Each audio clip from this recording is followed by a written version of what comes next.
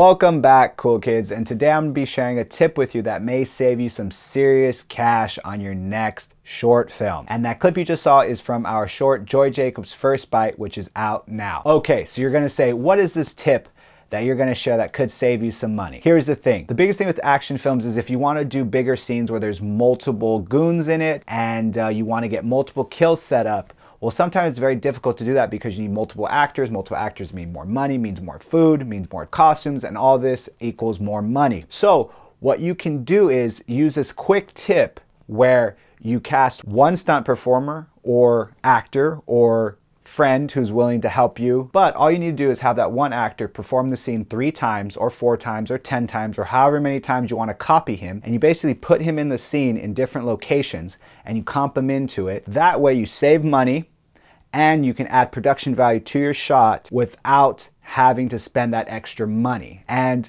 what you do is you make sure that your goons are in masks, but they're all played by the same actor, stunt performer, or friend. And in the wide, what you're gonna do is you're not gonna move the camera, and you don't need to use green screen. That's the thing. That's what I love about this. You don't need to use green screen.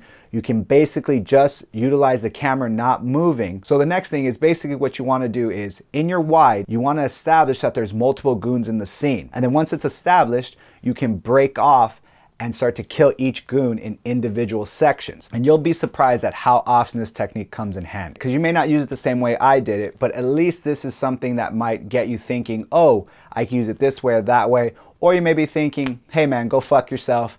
This is the dumbest thing I've ever seen. So if you've been looking for ways to beef up your action sequences without breaking the bank, then try this technique out. You never know. It might just be the idea you needed to take your work to the next level.